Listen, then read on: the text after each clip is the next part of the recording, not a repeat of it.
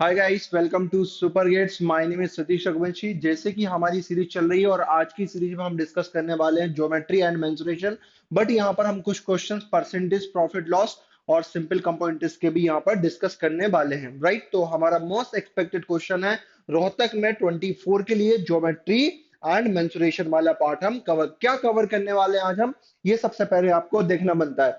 आपसे मैंने क्या बोला था लास्ट सीरीज में, हमने जो अर्थमेटिक पार्ट पढ़ा हुआ है, आपको आई होप कि समझ में आया होगा किस टाइप के क्वेश्चंस पूछे जाते हैं और किन टॉपिक से पूछे जाते हैं। तो जो भी क्वेश्चन मैंने कवर किया उन टॉपिक को अच्छे से पढ़ लेना। बहुत हाई लेवल नहीं जाना रोहतक के लिए, एक मॉडरेट लेवल तक पढ़ लेना जो अपन ने क्वेश्चन लिए हैं। तो आज हम कवर करने वाले हैं geometry, mensuration, percentage, profit loss, discount and SI and CI। Right, तो आइए फटाफट फर्स्ट क्वेश्चन देखते हैं, ज्यादा टाइम नहीं लगाएंगे। अब देखो यहाँ पर साइक्लिक क्वाड्रिलेटरल की बात कर रहा है कि ABCD is a cyclic quadrilateral. AB and DC when produced to meet at P, PA 8 है, PB ये ऐसा क्वेश्चन दे रखा है। अब इस क्वेश्चन को एकदम से देख के बच्चा कंफ्यूज हो जाता है, यार इतना बड़ा क्वेश्चन है। लेकिन मैं आपसे बोलूं, अगर आपने प्रॉपर्टीज पढ़ी हैं, अगर आपने प्रॉपर्टीज पढ़ी हुई तो आपको क्वेश्चन बहुत हलवा लगने वाला है। राइट, कोई डिफिकल्ट नहीं है, तो प्रॉपर्टी आपको पढ़ना है। अब सबसे पहले बोला ABCD एक साइक्लिक क्वाड्रिलेटरल है। कई साइक्लिक क्वाड्रिलेटरल का मतलब क्या होता है? जिसकी चारों वर्टेक्स उस पे लाई करे सर्कल की सर्कमफ्रेंस पर। तो मान लो ये सर्किल है और एक ऐसा क्वाड्रिलेटरल जिसकी चारों वर्टेक्स सर्कल की सर्कमफ्रेंस पर लाई करेंगी, तो आपने बोल दिया sir ABCD is a cyclic quadrilateral. पहली बात क्लियर है। और बोल रहा है AB and CD when produce meet P। अब AB और CD को प्रोड्यूस कर दो, ऐसा बना है किस तरह प्रोड्यूस कर दो भाई? ये कहां पर मीट करेंगी सर? सर ये P पर मीट करेंगी, तो this is the point P। समझ में आई बात? Okay, PA equal to 8 given है आपको गाइस।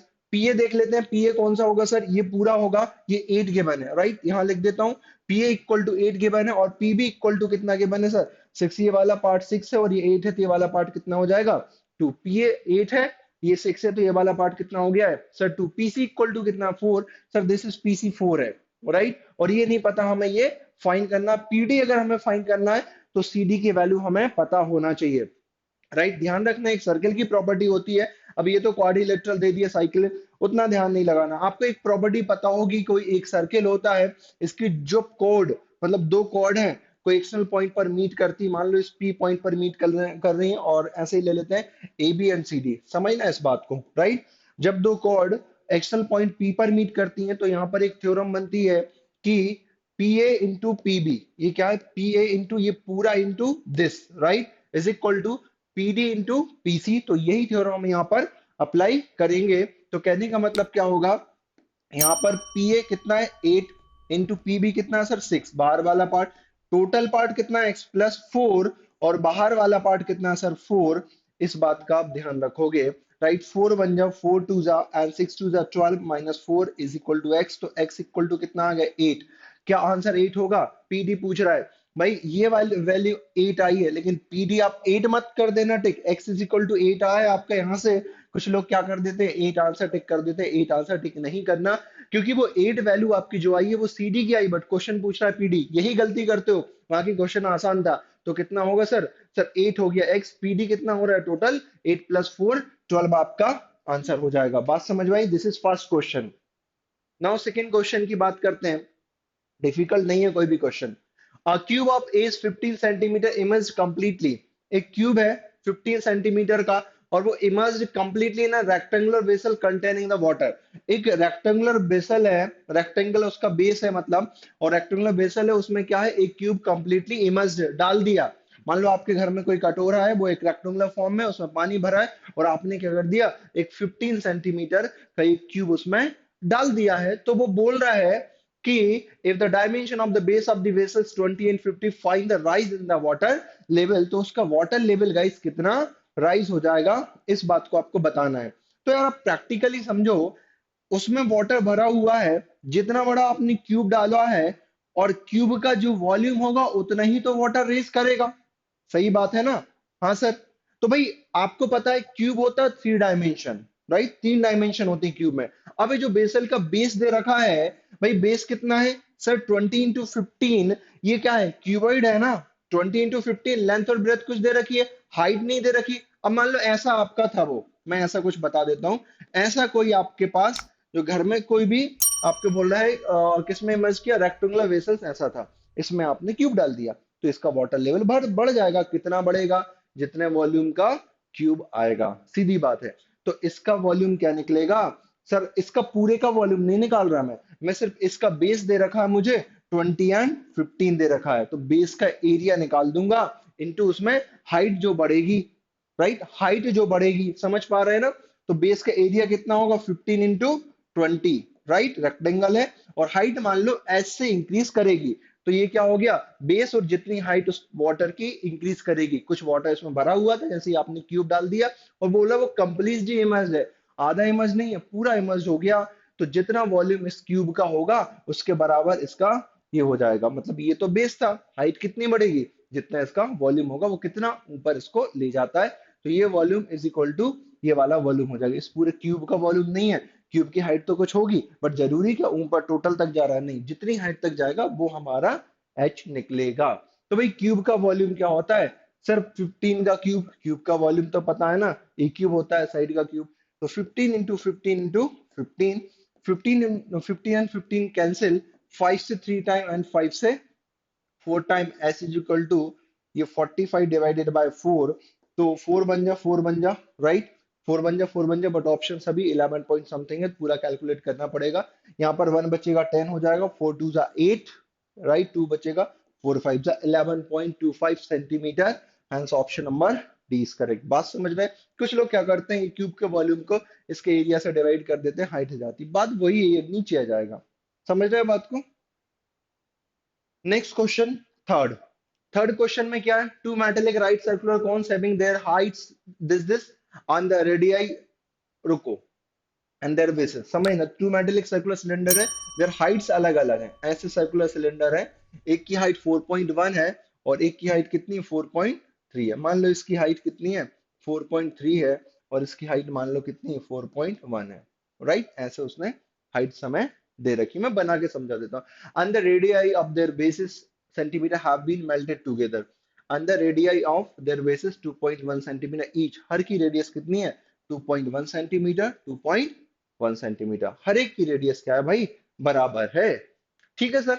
अब बोल रहा है इन दोनों को मेल्ट करके एक क्या बनाया गया? स्फीयर बनाया गया, और बोला डायमीटर ऑफ द स्फीयर निकालो। तो आप सबसे पहले ये बताओ, ये क्यूब का कुछ सॉरी इस कोन का कुछ वॉल्यूम होगा, इस कोन का कुछ वॉल्यूम होगा, और दोनों कोन को मेल्ट करेंगे, तो दोनों कोन के टोटल वॉल्यूम जितना बना होगा उसका क्या बनाया गया? उसका स्फीयर बनाया गया है। बात समझ में आ रही?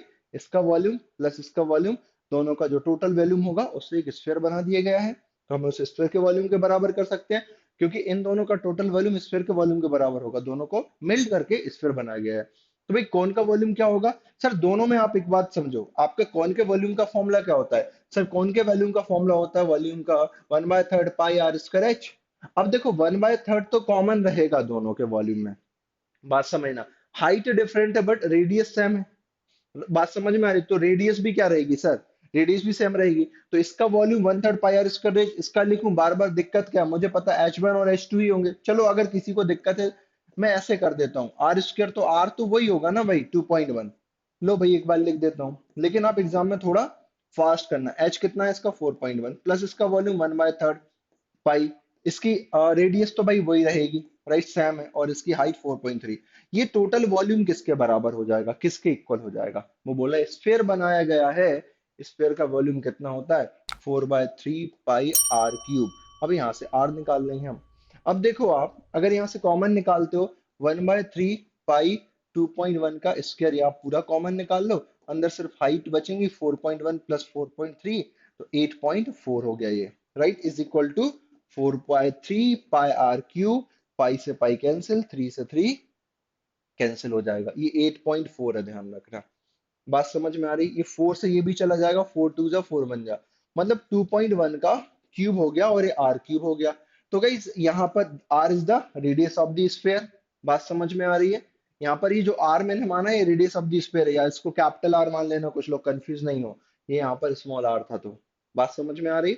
ठीक है, तो सर ये आर क्यूब हो गया, और आर कितना आ जाएगा? सर क्यूब है और ये भी क्यूब है, तो आर 2.1 आ गया, लेकिन डायमीटर क्या होता है? डबल द रेडियस, तो 4.2, तो कितना हो जाएगा? 4.2, मतलब option C is correct, question number 3 का।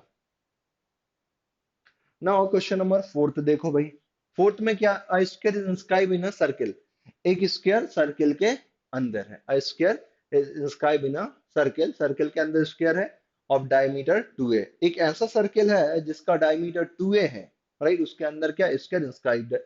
And another square is circumscribing the square. एक अनदर स्क्वायर है जो सर्कमस्क्राइब कर रहा है सर्किल को, मतलब उस जो अनदर स्क्वायर उसके अंदर है ये सर्किल। समझ ना, तो मैं ऐसा बनाता हूँ डायग्राम कि जैसे आप बोलते हो ना कि सर एक स्क्वायर है, स्क्वायर बराबर बनेगा। तो मतलब कंफ्यूज करने वाले हैं बस क्वेश्चन, आपको कोई बड़ी बात नहीं है, क्वेश्चन कंफ्यूज करते हैं। तो this is the square, right, आप समझ ना। और क्या बोला, I square is inscribe in a circle, तो एक इसको अंदर बना दो। अब देखना अभी सेटिस्फाई हो जाएगी कंडीशन, अभी सेटिस्फाई हो जाएगी। मान लो एबीसीडी इज स्क्वायर, और जो छोटा स्क्वायर है वो पी क्यू आर एस बोल दें। क्वेश्चन क्या बोल रहा है वो देखो आप। क्वेश्चन बोल रहा है a square is inscribed in a circle. एक स्क्वायर क्या है, सर्कल के अंदर इंस्क्राइब है, ऑफ 2a। मतलब जो a square inscribe in a circle of diameter 2a, तो ये जो सर्कल है ना, इसका ये डायमीटर होगा, वो कितना है, ट्वाइस ऑफ a है। इंस्क्राइब्ड है, इसके अंदर एक square, square inscribe in a circle of diameter 2a, हो गई condition. And another square circumscribing the circle, इस सर्कल को एक दूसरे स्क्वायर ने क्या किया है, सर्कमस्क्राइब किया है। अब बताओ ये जो 2a है, तो क्या ये बड़े स्क्वायर की साइड नहीं हो जाती है। बिल्कुल सर, ये 2a जो डायमीटर है, राइट। और ये जो 2a है इस छोटे स्क्वायर का डायगोनल हो जाता है, ठीक है सर, डायगोनल हो जाता है। तो इसको ऐसे कट कर देते हैं अपन, राइट। तो ये तो क्या होगा, इक्वल पार्ट में डिवाइड करेगा, तो ये a बचेगा, ये वाला भी a बचेगा, राइट। ये सभी क्या बचेंगे, a बचेंगे ना। ये a बचा, ये बचा। तो आप कुछ भी कर लो भाई, आप देखो a बचा, ये बचा, एक तो ये 90 बन जाता है। मतलब बहुत सारे तरीके हैं, नहीं तो कुछ कुछ ये दिमाग लगा लेते हैं कि सर मान लो ये भी स्क्वायर बन गया, ये इसका क्या बन गया, सर ये पूरा इसका डायगोनल है। स्क्वायर का डायगोनल है, ये वाली साइड ए है, ये वाली ए है, ये वाली ए है, ये वाली ए है, 90 है। तो गाइस इसमें क्या है, डायगोनल क्या होता है, √2 है, तो ये √2 हो गया। अब जो डायगोनल होगा वही तो इसकी साइड है, तो इसकी साइड कितनी आ गई सर, √2 है। स्क्वायर का डायगोनल क्या होता है, √2 है, तो इसकी साइड √2 आ गई, राइट। तो पूछ रहा है difference between the area of outer and inner circle square. अब आउटर स्क्वायर का एरिया क्या होगा, दिस इज द साइड, तो एरिया क्या होगा, साइड स्क्वायर। और डिफरेंस निकालना है किससे, छोटे स्क्वायर की साइड। देखो ये इसका एरिया क्या होगा, सर इसका स्क्वायर करेंगे √2a का, तो कितना आ जाएगा, 2a²। तो ये डिफरेंस कितना आ गया सर, सीधा 2a² का डिफरेंस बन चुका है। Hence option number B is correct. कितना बन गया सर, 2a²। क्लियर है। Now next question, fifth question. I hope कि समझ में आ रहे होंगे। आसान है क्वेश्चन, बट ऐसे ही कंफ्यूज करते हैं। आपको लगता है इनमें बहुत ज्यादा टाइम लगेगा, बट वो टाइम टेकिंग नहीं होते, आसान होते हैं, राइट। तो ये तो गलती बिल्कुल करना मत कि बहुत टाइम लगता है। One diagonal of a rhombus is 60% of the other diagonal. मतलब रोम्बस का डायगोनल में रिलेशन दे रखा है कि एक डायगोनल उसके दूसरे डायगोनल का 60% है। तो भाई डायगोनल की लेंथ डिफरेंट होती है, हमें पता है रोम्बस में, राइट। और एरिया ऑफ द रोम्बस क्या होता है, half into product of diagonal होता है, ये भी सही बात है। तो one diagonal of a rhombus is 60% of the other diagonal, then the area of the rhombus is how many times the square of the length of the larger diagonal। तो दो डायगोनल है, अगर हम उनको मान लेते हैं एक diagonal 60% of the other diagonal, तो लार्जर डायगोनल को हम बोल देते हैं, कुछ भी ले लो, x ले लो, 10 ले लो, क्योंकि हमें तो उसका टाइम्स बताना है। तो हम बोल सकते हैं यहाँ पर let larger diagonal, let larger diagonal कितना ले लेते हैं हम, 10 सेंटीमीटर ले लेते हैं, राइट। सेंटीमीटर कुछ भी ले लो, 10 है, 10 यूनिट्स बोल दो आप। तो भाई जो एक और डायगोनल होगा वो कितना होगा, लार्जर डायगोनल हमने बोल दिया D1 है, D1 इक्वल टू 10। तो जो स्मॉलर डायगोनल होगा D2 कितना होगा, इसका 60%। तो इसका 60% क्या होगा भाई, 6 ही निकलेगा ना, इसका 60% है। तो बोला then the area of the rhombus is how many. भाई एरिया ऑफ द रोम्बस बताओ। एरिया ऑफ रोम्बस आपको पता है, अभी मैंने बताया कि half into product of diagonals, right, इन डायगोनल्स का प्रोडक्ट, राइट। तो कितना एरिया ऑफ द रोम्बस, 30 आ गया। डायरेक्ट लिख सकते थे आप, डायरेक्ट आंसर लिख सकते थे, इतना सॉल्व करने की जरूरत बिल्कुल भी नहीं है हमें, राइट। 30 आ गया। और बोला how many times the square of the length of the larger diagonal. क्या बोल रहा है, then the area of the rhombus is how many times, कितने टाइम है रोम्बस का, how many times the square of the length of the larger diagonal. Larger square of the length of the larger diagonal क्या होगी, जल्दी बताओ। Square of the length of the larger diagonal sir वो कितनी हो जाएगी, square करोगे तो सर 100 हो जाएगी, यही बोल रहा है ना। तो ध्यान से रीड करना है इस लाइन को, the area of the rhombus is how many times the square of the length of the larger diagonal, इसका कितने टाइम्स है। तो भाई ये 30 है, कितने का, 100 का, तो यही तो टाइम्स होता है, सही बात है। तो वही तो बोल, एरिया ऑफ द रोम्बस कितने टाइम्स है इसका, क्लियर है। तो ये हो जाएगा, ये मान लो हम एक्स टाइम्स बोल सकते हैं, टी टाइम्स, कुछ लोगों को टाइम्स में दिक्कत होती है, राइट। तो भाई ये कितना, 30 और 100 है, 30/100 मतलब कितना हो गया, 3/10 आपका आंसर हो जाएगा, डी करेक्ट, क्लियर है। नेक्स्ट देख लेते हैं। ये क्वेश्चन देखो, लग रहा होगा बहुत बड़ा है, लेंथी है, नहीं है, बस एक छोटा सा पॉइंट छुपा है, वो गलती आप हमेशा करते हो, ध्यान नहीं देते, क्योंकि आपको पता है कि यार क्वेश्चन आसान है, आप पढ़ लेते हो और फटाफट सॉल्व करते रहते हो और अपनी धुन में सॉल्व कर लेते हो, राइट। आंसर कुछ अलग आ रहा होता है, ऑप्शन से मैच नहीं कर रहा, तो आप डिमोटिवेट हो जाते हो। तो गाइस वो वाली दिक्कत हमें यहाँ पर नहीं होनी चाहिए। क्या पॉइंट्स का ध्यान रखना, वो देखो। Mister Raghav on a flat of 13.2 lakhs, इतने का वो फ्लैट, 13.2 lakhs, 13,20,000 का फ्लैट है। he spent 20% of his monthly salary, guys monthly salary किस पे कर रहा है, पेंटिंग्स पर कर रहा है। 25% लाइटिंग एंड फर्नीचर, ये नहीं बोल रहा कि रिमेनिंग का, एक छोटी सी गलती हो सकती है, रिमेनिंग चलो ये भी नहीं हुई, एक मिस्टेक होगी आपसे। 20%, 25% lighting and furniture comma, 15% on food and other supplements if mister Raghav annual salary is. भाई जो 10,80,000 है, जो 10,80,000 है, वो उसकी क्या है सर, ये कौन सी है, एनुअल सैलरी है। लेकिन यहां पर बोला he spend 20% of his monthly salary, इस बात की आपको, इस बात का आपको ध्यान रखना है, राइट। तो इस बात का आप ध्यान रखोगे, क्लियर है क्या, कि भाई यहां पर हमें ऐसी गलती नहीं करना है, इस बात का आप ध्यान रखना, राइट। तो 10,80,000 उसकी ईयरली सैलरी है, एनुअल सैलरी आपको मंथली सैलरी निकालना है, तो इसे कितने से डिवाइड करना पड़ेगा सर, हमें 12 से डिवाइड करना पड़ेगा। बात समझ में आ रही, क्योंकि ये मंथली सैलरी आ गई, तो भाई की मंथली सैलरी इतनी हो गई, सही बात है, भाई की मंथली सैलरी इतनी हो गई है। अब आप मुझे ये बताओ कि वो बोल रहा है कि spend 20% monthly salary on the painting, 20%, यहाँ 25%, यहाँ 15, तो खर्च कितना हो गया, 20 डायरेक्ट ऐड कर सकते हो आप, रिमेनिंग का नहीं बोल रहा है वो। तो 20 प्लस 25 प्लस 15, राइट, तो ये कितनी होगी, 30, 40 एंड 60% खर्च कर दिया इसका, ये मंथली सैलरी का। तो मंथली सैलरी का 60% भाई साहब खर्च कर चुके हैं, राइट, ये हो गया। तो कितना टाइम चला जाएगा, 9 टाइम, तो 90,000 हो गया, राइट, ये कैंसिल कर दो, 2 से 3 टाइम एंड लो, ठीक है, 5 टाइम, 5 से 18, 18 3 जा 54,000। बात समझ में आ रही है। तो क्या हो गया उसका एक्सपेंडिचर, 54,000 हो गया। तो पहले कितना था भाई, उसने इतना तो यहाँ पर खर्च कर चुका है, राइट, फ्लैट पर, और स्पेंड 20% दिस, ये टोटल है। If mister Raghav annual salary stand then find the total spending made by mister Raghav. भाई कितना हुआ, 20,000, तो ये हो गया 13,20,000 प्लस दिस, राइट। तो 54 प्लस 10, 64 एंड 74, तो 13,74,000, मतलब 13,74,000 यहाँ पर उसने खर्च कर दिया। तो ऑप्शन कौन सा करेक्ट होगा, यही सी करेक्ट होगा। ध्यान रखना इसमें मिस्टेक हो जाएगी, जीरो जीरो से मिस्टेक कर देते हैं लोग, वो गलती आपको नहीं करनी है। नाउ क्वेश्चन नंबर 7 देखें, बढ़िया क्वेश्चन है, आसान है, बट गलती फिर वही होती है कि हम जो छोटी छोटी करते हैं, हम सोचते हैं हमें बहुत अच्छे से शॉर्ट ट्रिक आती है, बट वो शॉर्ट ट्रिक आपको पूरी सही तरीके से नहीं आती हो शायद। तो इसलिए प्रैक्टिस की बात करता हूं मैं हमेशा, कि बच्चे आप प्रैक्टिस करते रहो, प्रैक्टिस आपको करना है। कि if goods be purchased for 450 rupees and one third sold at a loss of 10% at what gain should the remainder sold to 20% on the whole transaction. इस बात का आपको ध्यान रखना है। बात समझ में आ रही, कि भाई यहाँ पर गुड्स 450 रुपीज की कितनी गुड्स है, नहीं पता, तो आप मान लो इक्वल रुपीज की गुड्स होंगी, तो मान लो 450 रुपीज की है, तो 450 ही गुड्स बोल दो ना, कि मान लो उसने 450 गुड्स परचेज की है, right, and one third sold at a loss of 10%। अब इसका वन थर्ड अगर निकालना, भाई वन थर्ड कितना निकलेगा सर, अगर इसका हम वन थर्ड निकालेंगे तो 150, 150 गुड्स को कितने परसेंट लॉस पर सेल कर रहा है सर, इसको 10% लॉस पर सेल कर रहा है, राइट।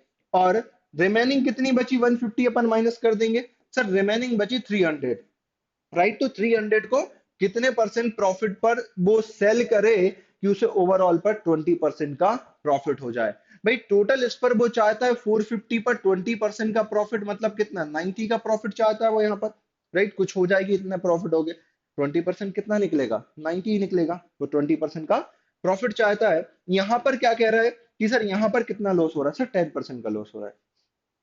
बात क्लियर है, यहाँ पर 10% का लॉस हो रहा है। तो यहाँ पर 10% का लॉस कितने का हुआ, और इसको कितने पर प्रॉफिट पर बेचे कि इसका लॉस भी कवर कर ले और टोटल पर 20% प्रॉफिट भी हो जाए। तो गाइस यहाँ पर 10% का लॉस है, मतलब 15 रुपीज का लॉस यहाँ से हो गया, मतलब 15 आरटीएल जो भी ले सकते हो आप। तो 15 का लॉस यहाँ से हो गया, और प्रॉफिट चाहिए कितना, 90।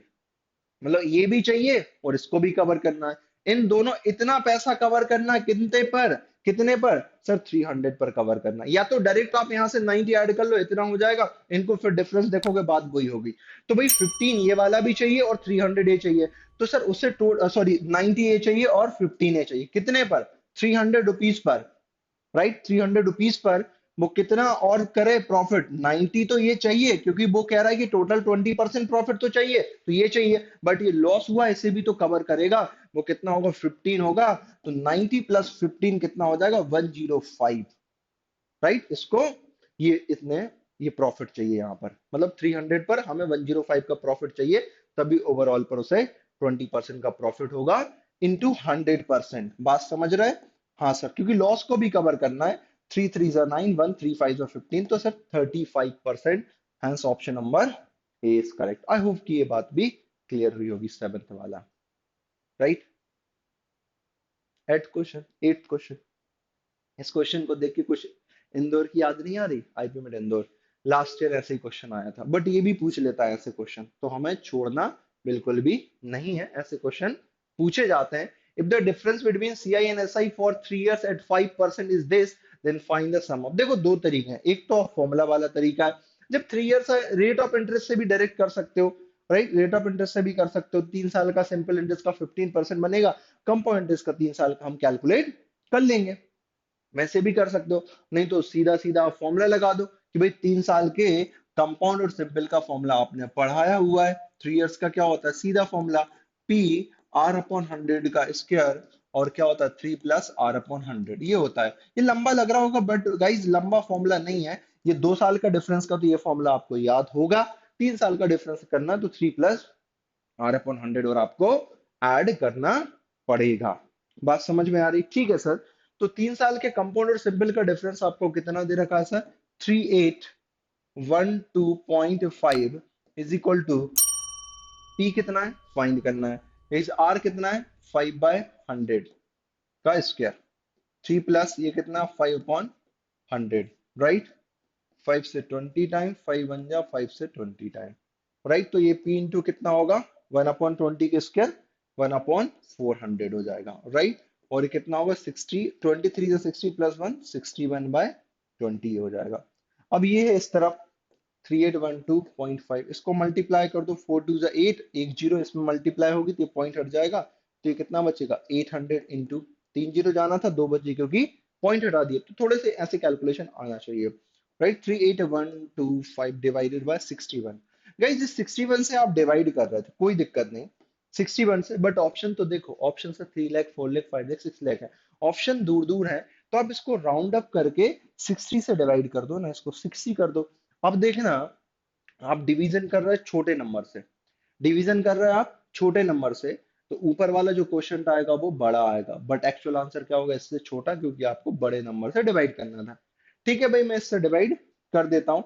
0 से 0 चला जाएगा, 2 से 3 टाइम, 2 से 40 टाइम, राइट। 40 का इसमें मल्टीप्लाई कर देंगे, 5 हो जा 20, 2 बचेगा, 4 2 8, 2 10, 1 बचेगा, 4 1 5, 8 हो जा 32, 3 बचेगा, और 12 और 3 कितना हो गया 15 डिवाइडेड बाय 3, ये अप्रोक्स आएगा आंसर, समझ ना। 3 5 15, 0, 3 8 24, 3 3 9 10 हो गया, राइट। ये समझ रहे हैं ना, 3 से मैंने डिवाइड करो, अप्रोक्स आंसर आएगा 3 5 15, 0 3 8 24, 1 10 हो जाएगा, 3 3 फिर 3 3 फिर 3 3 भाई ये कितना आ रहा है, 5 लाख के समथिंग आ रहा है, 5 लाख के समथिंग आ रहा है, बट ये 5 लाख से थोड़ा बड़ा आ रहा है, क्योंकि हमने नंबर छोटे से डिवाइड किया। तो लगभग 5 लाख के आंसर आना चाहिए, तो option number A is correct. बात समझ रहे हैं? ऐसे आप इसे टिक कर सकते थे। कोई बोलता सर 61 की टेबल आने की जरूरत है, कोई जरूरत नहीं है, अगर आपको ये थोड़ा बहुत आता है। आई होप कि ये बात आपको क्लियर हुई होगी। इसको एक मेथड से और कर लेते हैं गाइस लोग, तो वो मैं थोड़ा सा आप उससे करके मुझे कमेंट में बताना। मैं थोड़ा सा आइडिया दे देता हूँ कौन सी मेथड का बोल रहा हूँ मैं। एक जो फॉर्मूला लगता है ना कंपाउंड इंटरेस्ट का, x+y+x y/100, मतलब टोटल कंपाउंड इंटरेस्ट से कितना रेट इंक्रीज हुआ। तो 5+5 2 साल में, और हमें 3 साल में देखना है। तो ये कितना, 2 साल में 5+5 10, मतलब 10.25 हो गया। फिर 10.25 के साथ फिर 5 के साथ लगाओगे, और सिंपल का तो 3 साल में सीधा 15% हो जाएगा उनका डिफरेंस। ये दे रखा 100 निकालना है, अप्रोक्स लगा देना, एग्जैक्ट निकालने की जरूरत नहीं, क्योंकि ऑप्शन लंबे लंबे हैं। बात समझ में आ रही? क्या बता दूं मैं? बता दूं? भाई सिंपल इंटरेस्ट तो 15% हो गया, समझ ना, सिंपल इंटरेस्ट 15% हो गया। अगर इसको 5% 3 टाइम लगाओगे आप, 5% 3 टाइम लगाओगे, 2 टाइम लगाना है इस पे जरा। 5+5 10, और 5 × 5 25 डिवाइडेड बाय 100 0.25, तो 10.25। अब 10.25 इन दोनों का बन गया कंपाउंड, और इसका लगा दो। टोटल कंपाउंड इसका 3 साल का रेट निकालना चाहता हूँ। अब इस पे लगाओगे x+y+x/100, ये कितना होगा 15.25, प्लस इसको इनको मल्टीप्लाई करोगे आप। बात समझ में आ रही? तो ये कितना होगा, 5×5 = 25, 2 बचेगा, 5×2 = 10 और 2 12, 1 बचेगा, राइट, 1 5 ये हो जाएगा। और ये डिवाइड, और नीचे से 100 से और डिवाइड होगा तो 0.5, मतलब ये 15 पॉइंट समथिंग ही है वो, राइट, 15 पॉइंट ये इतना आ रहा है, तो 15.750 के अप्रोक्स, मतलब ये है। अब आपको पता है ये इतना दे रखा डिफरेंस, इतना रेट, और ये दे रखा है, क्लियर है, 3812.5 ये दे रखा है आपको। और ये रेट ऑफ इंटरेस्ट कितना हो गया, इतना परसेंट हो गया, 15.5 के अप्रोक्स, 15 ही परसेंट अगर मैं ले लेता हूँ अप्रोक्स में, राइट, मैं 15% ले लेता हूँ, 15 से डिवाइड कर दूंगा, 100 से मल्टीप्लाई कर दूंगा, कि मान लो इसका भी 15 है, लेकिन इसका 15% से थोड़ा सा ज्यादा है भाई, समझना। तो ये 15 से डिवाइड, सॉरी, ये 15 से डिवाइड नहीं होगा, मैंने क्या कर दिया, एक मिनट रुकना। मैंने क्या बोला, 15% क्या बन गया, 3 साल का simple interest, but compound interest कितना बनेगा, 15% से थोड़ा सा स्लाइटली ग्रेटर बनेगा। तो अब अगर मैंने इसको किया, तो ये 16 के अप्रोक्स मान लो आप, तो 16 मान लो, क्योंकि 15.25 प्लस 5 होगा, तो 15.76 के अराउंड आएगा। तो 16 बोल दो तो थोड़ा आसान हो जाएगा। तो डिफरेंस हमने क्या बोल दिया, लगभग 1% का डिफरेंस है, तो ये वैल्यू हमारी 1% के लगभग आ जाएगी, राइट। लेकिन बहुत ज्यादा डिफरेंस आ रहा है गाइस, इतना ज्यादा हम नहीं कर सकते, मैं एग्जैक्ट ही ले रहा हूँ, क्योंकि आप 15.75 ही ले लो, ये 15.75 के अप्रोक्स आया, और ये 15 आ गया। डिफरेंस कितना बन गया कंपाउंड इंटरेस्ट और सिंपल इंटरेस्ट का, सर 0.75। अब जो डिफरेंस आपको दे रखा है 3 साल का, वो 0.75% की वैल्यू दे रखी है, समझ रहा है? ये मैंने फास्ट इसलिए बता रहा हूँ कि आपने अगर ये आती होगी तो ही करना, अगर ये नहीं आती होगी तो आपके लिए मैं ये बता चुका हूं, राइट। तो 0.75 डिफरेंस आया, तो ये वैल्यू कितने एग्जैक्ट ही लेना पड़ेगा, तो 0.75 की ये वैल्यू है। बात समझ में आ रही? ठीक है सर, पॉइंट हटाएंगे तो ये 100 ऊपर जाएगा, इस पॉइंट का 10 नीचे आ जाएगा, ये जीरो कैंसिल, तो थोड़ा सा आपको फायदा मिलेगा, राइट। 25 से 3 टाइम कर देंगे इसको कैंसिल। अब देखो 25 से इसको 1 टाइम करेंगे, लंबा जा रहा है, तो आप इससे कर लेना, मैं बार बार बोल रहा हूँ। तो 25 से 1 टाइम करेंगे, कितना बचा, 5 8 13, और हो गया 132। 5 टाइम 25 6 बचेगा, और 2 टाइम 12 बचेगा, और 12 और 5 5 टाइम चला जाएगा, राइट। बात समझ में आ रही? हाँ, तो ये कितना बन गया, एक जीरो यहाँ से बचा था, 15250। अगर कैलकुलेशन अच्छे हैं तो ही करो, 3 5 ज़ा 15 हो गया। बात समझ में आ रही है? हाँ सर, और अपन ने क्या कर दिया, ये कितने परसेंट, अभी 100 का और मल्टीप्लाई करेंगे ना, ये तो हम 1% की वैल्यू निकाल रहे हैं, अभी 100 का मल्टीप्लाई करेंगे, राइट, क्योंकि ये 1% निकला, 0.7 से डिवाइड किया। और प्रिंसिपल कितना होता है, मान लो 100%, तो 100 से भी मल्टीप्लाई करेंगे। तो 3 5 ज़ा 0, 3 8 ज़ा, देखो उसी के लगभग आ रहा है, 3 3 ज़ा 580 इंटू 100, और आप करोगे तो 5 लाख के अप्रोक्स वैल्यू आएगी, तो भी आंसर 5 लाख ही आएगा। मैं बोल रहा हूँ इस मेथड से बात है, लेकिन बट आपके कैलकुलेशन बहुत बढ़िया होना चाहिए। और पहली क्लास में मैंने आपसे ये बोला था, डेली 10 to 15 मिनट कैलकुलेशन करोगे ना, तो ये कैलकुलेशन आपके बहुत बढ़िया हो जाएंगे, ठीक है। नेक्स्ट क्वेश्चन पर चलते हैं, ज्यादा टाइम बर्बाद नहीं करते, मैंने तो दूसरी मेथड बता दी। इस क्वेश्चन को रीड करो अब आप, ठीक है सर, इस क्वेश्चन को रीड करते हैं। In a triangle ABC, D and E are the points on side A B and A C respectively, D is parallel to B C. भाई एक ट्राइंगल एबीसी है, ठीक है सर, एबीसी है, and D and E are mid points on side A B and A C. भाई ध्यान रखना, mid point नहीं है, पॉइंट है, ध्यान रखना, मिड पॉइंट होंगे तो फिर आप मिड पॉइंट थ्योरम पे चले जाओगे, इस पॉइंट को ध्यान रखना, कई बार लोग यहाँ क्या पढ़ लेते हैं, मिड पॉइंट्स, जिस मैंने पढ़ लिया था। तो आप ऐसा नहीं पढ़ना है, लेकिन उसको वही बोलूँ, क्वेश्चन को, ज्योमेट्री को थोड़ा सा ढंग से रीड करना पड़ेगा आपको, मतलब 100% अलर्ट रहना पड़ेगा आपको, जैसे बॉर्डर पर सैनिक अलर्ट होते हैं ना, वैसे ही आपको यहाँ पर अलर्ट रहना पड़ेगा जब मॉक लगाओगे या फिर फाइनल एग्जाम दोगे तो भाई एबीसीडी एक ट्राइंगल है, ठीक है, एबीसी एक ट्राइंगल है, and D and E are the points on AB and AC. D इस पर है और E इस पर है। D is parallel to BC। समझ ना, जो D इस BC के पैरेलल है, तो D यहाँ पर हो गया पैरेलल है। मैं नहीं बोल रहा मिड पॉइंट है, नहीं तो मिड पॉइंट थ्योरम लगा के खत्म कर दोगे तुम, राइट। तो D कोई पॉइंट है यहाँ पर और E इस पे कोई पॉइंट है। ट्राइंगल कौन सा है नहीं बोला गया, तो जनरल ट्राइंगल की बात कर रहा है। और बोला if length of AD, AD कितनी है भाई, AD कितनी से 10 है, और BD कितनी है, DB कितनी है 5 है, DB कितनी है 5 है, एंड D कितनी है भाई 6 है। अब D कौन सा सर, ये 6 है। अब आपको बता दो what is the length of BC पूछ रहा है, इस लेंथ को पूछ रहा है। एक बात आपको ध्यान होगी, जब दो पैरेलल लाइन को कोई ट्रांसवर्सल लाइन कट करती तो उसके करस्पॉन्ड एंगल्स इक्वल होते हैं, ऐसे भी कट करेगी तो करस्पॉन्ड एंगल्स इक्वल होंगे। अब देखना, अब मैं यहाँ पर दो ट्राइंगल की बात कर रहा हूँ, एक ट्राइंगल ये वाला, ये छोटा वाला इस ट्राइंगल में, और एक ट्राइंगल बड़ा वाला, ये पूरा एबीसी। अब आप ट्राइंगल एडीई, अब मैं बता रहा हूं, लेकिन ये हमेशा होता है जब ये पैरेलल होती है, ऐसे ओवरलैपिंग ट्राइंगल है, तो वो हमेशा क्या होते हैं, सिमिलर ट्राइंगल्स होते हैं, हमेशा होते हैं। आपने अगर पढ़ा हो तो आपको पता होगा, बट मैं फिर भी बता दे रहा हूँ। एडीई और ट्राइंगल एबीसी की बात करते हैं, राइट। अब एडीई में क्या है, एंगल ए है, और इस बड़े ट्राइंगल में भी एंगल ए कॉमन है भाई दोनों में, तो एंगल ए क्या है सर, कॉमन एंगल है, राइट। और ये वाला करस्पॉन्डिंग एंगल इस करस्पॉन्डिंग इक्वल हो जाएगा, और ये वाला करस्पॉन्डिंग एंगल इस करस्पॉन्डिंग इक्वल हो जाएगा, सही बात है। तो ये एंगल जब इक्वल हो गए तो आप क्या बोल सकते हो, ये दोनों ट्राइंगल क्या हो गए, सिमिलर हो गए। Triangle AD and ABC similar. अगर ये सिमिलर हो गए, तो जब दोनों ट्राइंगल सिमिलर हो गए तो इनकी करस्पॉन्डिंग साइड्स का रेशियो इक्वल हो जाता है। तो अगर इस ट्राइंगल की साइड देखेंगे तो इस ट्राइंगल की साइड 10 है, और डिवाइडेड बाय बड़े ट्राइंगल की साइड देखेंगे तो 10 + 5 15 है। ऐसे इस ट्राइंगल की ये साइड देखेंगे तो ये 6 है, और ये वाली साइड BC हमें नहीं पता, तो BC को BC पुट कर दो। जब ट्राइंगल सिमिलर हो गए तो करस्पॉन्डिंग साइड्स का रेशियो हमेशा आप क्या कर सकते हो, इक्वल कर सकते हो, राइट। तो बस कैंसिल कर लेते हैं, 5 से 2 टाइम, 5 से 3 टाइम, 3 2 से 3 time, 3 3 9 is equal to BC, और BC ही पूछा है, तो ऑप्शन नंबर ए हो जाएगा, ऑप्शन ए इज करेक्ट। समझ गए बात को, अगर सिमिलरिटी आपने थोड़ी सी भी पढ़ी तो बिल्कुल हो जाएगा। जब दो ट्राइंगल सिमिलर होते हैं तो उनकी करस्पॉन्डिंग साइड्स का रेशियो हमेशा और हमेशा इक्वल होता है। नेक्स्ट क्वेश्चन, बढ़िया क्वेश्चन है, मैं चाहता था कि इसको होमवर्क दूं, बट मेरा मन नहीं कर रहा इस क्वेश्चन को होमवर्क देने का, क्योंकि मैं सॉल्व करवाना चाहता हूँ। लास्ट क्लास में वो दिया होगा तो आप बताना, वो कमेंट किया होगा, लास्ट क्लास में एक होमवर्क दिया था। यहाँ पर देखो, ABC is an equilateral triangle inscribe in a circle. कितना बढ़िया क्वेश्चन है। एक सर्किल है, उसके अंदर एबीसी एक इक्विलेटरल ट्राइंगल इंस्क्राइब्ड है, राइट, ओके सर। एबीसी कैसा है, इक्विलेटरल है, इस बात का ध्यान रखना भाई। एबीसी का इक्विलेटर मतलब all sides are equal and all angles equal to 60 degree. तो एबीसी से equilateral triangle inscribe in a circle with AB equal to 8, right.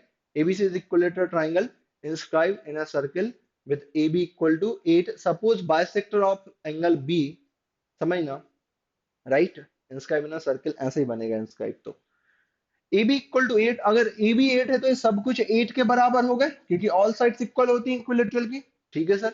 Suppose bisector of angle B, bisector of angle B meets AC।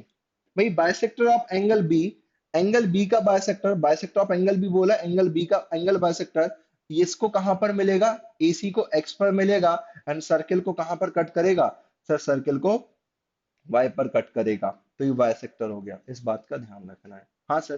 Then what is the value of 2 into BX into VY। बढ़िया question है। अब आप बताओ, एक बात ध्यान रखना, कभी भी ट्राइंगल इक्विलेटरल हो या फिर आइसोसेलेस ट्राइंगल हो, कभी भी ट्राइंगल इक्विलेटरल या फिर आइसोसेलेस ट्राइंगल हो, तो जो बाइसेक्टर होता है, जो एंगल बाइसेक्टर होता है, तो वो मीडियन के जैसा भी काम करता है, इसे इक्वल पार्ट में भी डिवाइड करता है, परपेंडिकुलर के जैसा भी काम करता है, राइट। ये एल्टीट्यूड के जैसा भी काम करता है, हाइट भी होती है। एंगल बाइसेक्टर होता है कौन से, दो टाइप के ट्राइंगल में होता है, इक्विलेटर और आइसोसेलेस में। तो यहाँ पर तो इक्विलेटर ट्राइंगल है, तो ये जो है ना, ये जो बाइसेक्टर होगा यहाँ पर जाके कट कर रहा है एक्स पॉइंट पर, तो इसको इक्वल पार्ट में डिवाइड करेगा। अगर ये लेंथ 8 है तो 4 में डिवाइड हो जाएगा। पहली बात, ठीक है सर, इक्वल लेंथ में डिवाइड करता है, फर्स्ट पॉइंट। सेकेंड पॉइंट का, ये यहाँ पर परपेंडिकुलर भी बनाता है, 90 डिग्री भी बनाता है। ठीक है सर, बहुत अच्छी बात है। तो गाइस अब मुझे देखो निकालना क्या है, मुझे निकालना है 2 into bx into b by. अब bx into b बाय निकालना है, तो मुझे bx की वैल्यू चाहिए। बात समझ में आ रही है? Then what is the value of 2 into bx? तो b और x ये है, और b और y तो ये पूरा हो जाएगा। आपको समझ में आ रही होगी आपको बात। तो गाइस bx कैसे निकलेगा? bx निकालना कोई बड़ी बात नहीं है सर। इसमें क्या कर देंगे, हम पाइथागोरस थ्योरम लगा देंगे, क्योंकि ये 4 है और ये 8 है, तो हम ये फाइंड कर ही सकते हैं, राइट? है ना? और कुछ ऐसा तो नहीं है। Bisector of B and then what is the value of 2 into bx and by? चलो पाइथागोरस थ्योरम लगाते हैं। तो bx का square plus this square plus this square, 4 का square is equal to BC का स्क्वायर, क्योंकि ये हाइपोटेनियस हो जाएगा, है ना? इक्विलेटरल ट्राइंगल है, तो 8 8 जा 64। तो BX का स्क्वायर कितना बनेगा गाइस? 64 is 16, सर 48 इस रूट में आ जाएगा, तो BX इक्वल टू 48 हो गया। 48 को 16 into 3 लिख सकते हैं, तो कॉमन आ जाएगा, तो 4√3 हो जाएगा। तो bx की वैल्यू कितनी आ गई गाइस? 4√3। एक प्रॉपर्टी कुछ लोग सर्किल की लगा सकते हो कि सर दो कोण ऐसे एक दूसरे को कट कर रही, तो इसकी लेंथ उसके थ्रू भी निकल सकती, नहीं तो ऐसे भी आप निकाल सकते हो 4√3। अब हमें निकालना है value of twice of bx into by। बस वही पुट कर दो, 2 into, अब मुझे देखना पड़ेगा bx कितना है। bx तो ठीक है 4√3 है, इंटू बी वाई। देखो गाइस बी वाई कितना हो जाएगा, बी वाई यहाँ से यहाँ तक होगा। लेकिन गाइस अभी ये वाली लेंथ बची हुई है, अच्छा मैं ये यहाँ पर नहीं निकाली ना, ये वाली लेंथ बची हुई है, इसको अपन y मान लेते हैं, है ना? एक प्रॉपर्टी और लगनी है अभी, अभी लिख देंगे इसको। एक प्रॉपर्टी और लगेगी कि याद करो, एक प्रॉपर्टी होती जब एक सर्किल होता था, उसमें दो कॉर्ड ऐसे कट करती थी। सर्किल की दो कॉर्ड कैसे भी कहीं भी कट करें, मान लो एक कोड ए बी है और एक कोड सी डी है। मुझे यहाँ प्रॉपर्टी नहीं बताना था, बट मैं आपके लिए बता रहा हूँ जिससे आप कनेक्ट कर पाओ। जब सर्किल की दो कॉर्ड मान लो पॉइंट ओ पर इंटरसेक्ट कर रही है, तो क्या होता है, दो कॉर्ड, इंटरनल कॉर्ड इंटरसेक्ट करती हैं, तो O A into O B क्या होगा, O A into O B is equal to O C into O D होता है। इस बात का ध्यान रखना है, राइट? जब दो कॉर्ड ऐसे इंटरसेक्ट करती हैं इंटरनली, तो O A into O B इन पार्ट का product O C into O D के बराबर होता है। तो यही प्रॉपर्टी हमें इसको निकालने में हेल्प करेगी। तो क्या होगा गाइस, ये होगा B X into X Y. देखो एक कॉर्ड ये है और एक कॉर्ड ये है, दोनों क्या कर रही हैं सर, सर्किल की दोनों इंटरनल कॉर्ड है। देखो इस पॉइंट को ध्यान रखना, ये नहीं आता दिमाग में। तो सर्किल की दो कॉर्ड यहाँ पर इंटरनल पॉइंट एक्स पर इंटरसेक्ट कर रही हैं। तो गाइस क्या होगा, दिस इंटू दिस, तो ये तो 4 into 4 हो गया, दिस इंटू दिस 4 into 4 हो गया, is equal to B X into B by. तो बी एक्स अभी हमने निकाला है 4√3 इंटू बी बाय, हमें पता नहीं है उसको, चलो बाय मान लिया, फिर बी बाय चलो ठीक है बाय रहने दो, राइट? 4 से 4 कैंसिल, तो ये 4/√3 बन गया। ये बी बाय ही ले लो बी एक्स, भाई मैं बाय रहने देता हूँ, कंफ्यूजन हो रहा है ज्यादा। 4/√3 ये आ गया। अब ये टोटल क्या होगा, अब यहाँ पर लगाओ आप, आपको क्या निकालना है सर, ट्वाइस ऑफ bx। तो हमें पता है सर, bx हमने कितना निकाला, 4√3। और कितना चाहिए सर, हमें by चाहिए।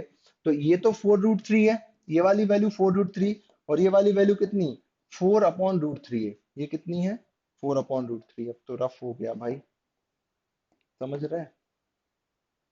ये वाली वैल्यू 4/√3 है, ये निकालिए ना y की वैल्यू। और एक्स वाई बोल दो, ये एक्स वाई, इसको एक्स वाई ही रहने दो यार, कंफ्यूजन ना हो लोगों को, क्योंकि यहाँ पर y ले लिया। समझ गया ना? ये 4√3 है, 4/√3 है। तो 4√3 प्लस 4/√3 जरा ऐड कर लेते हैं अलग से। 4√3 प्लस 4/√3, एलसीएम ले लोगे तो 3 into 3, √3 3 हो जाएगा। 3 4 3 12 प्लस 4 16/√3, तो ये कितनी हो गई, 16/√3 इंटू 16/√3। अब देखो √3 कैंसिल, ये कितना हो गया, 128, राइट? 128 मतलब, ओके इसमें ऑप्शन शायद गलत है, तो ये 128 होना चाहिए, यही हो रहा है ना 128। एक बार देखना, बी ऑप्शन गलत है, ये 28 नहीं होगा गाइस, ये कितना होना चाहिए, एक मिनट, कुछ गड़बड़ तो नहीं कर दी मैंने, राइट? तो कितना होगा, 64 और 120 और 128, सही है भाई। इस ऑप्शन को आप करेक्ट कर लेना, बी ऑप्शन कितना है, 128 8 है यहाँ पर, ये करेक्शन है, इस बात का आप ध्यान रखोगे। राइट, 128 हो गया। तो गाइज ये आज के क्वेश्चन थे। आई थिंक आपको समझ में आया होगा, ज्योमेट्री, मेंसुरेशन और जो भी टॉपिक मैंने लिए थे, बढ़िया क्वेश्चन थे। Thanks for watching. और गाइज अगर किसी को आपको ज्वाइन करना है तो आप यहाँ कांटेक्ट हमसे कर सकते हैं, और अपने दोस्तों को शेयर करें। राइट, लाइक करें, सब्सक्राइब करें। लाइक सब्सक्राइब करना ना भूलें, क्योंकि मेहनत लगती है यार, है ना। आप देखो क्वेश्चन बढ़िया लाए, कितनी प्रॉपर्टी लग गई इस क्वेश्चन में। तो ऐसे ही और भी सेशन के लिए मेरे साथ बने रहिएगा। Thank you so much guys.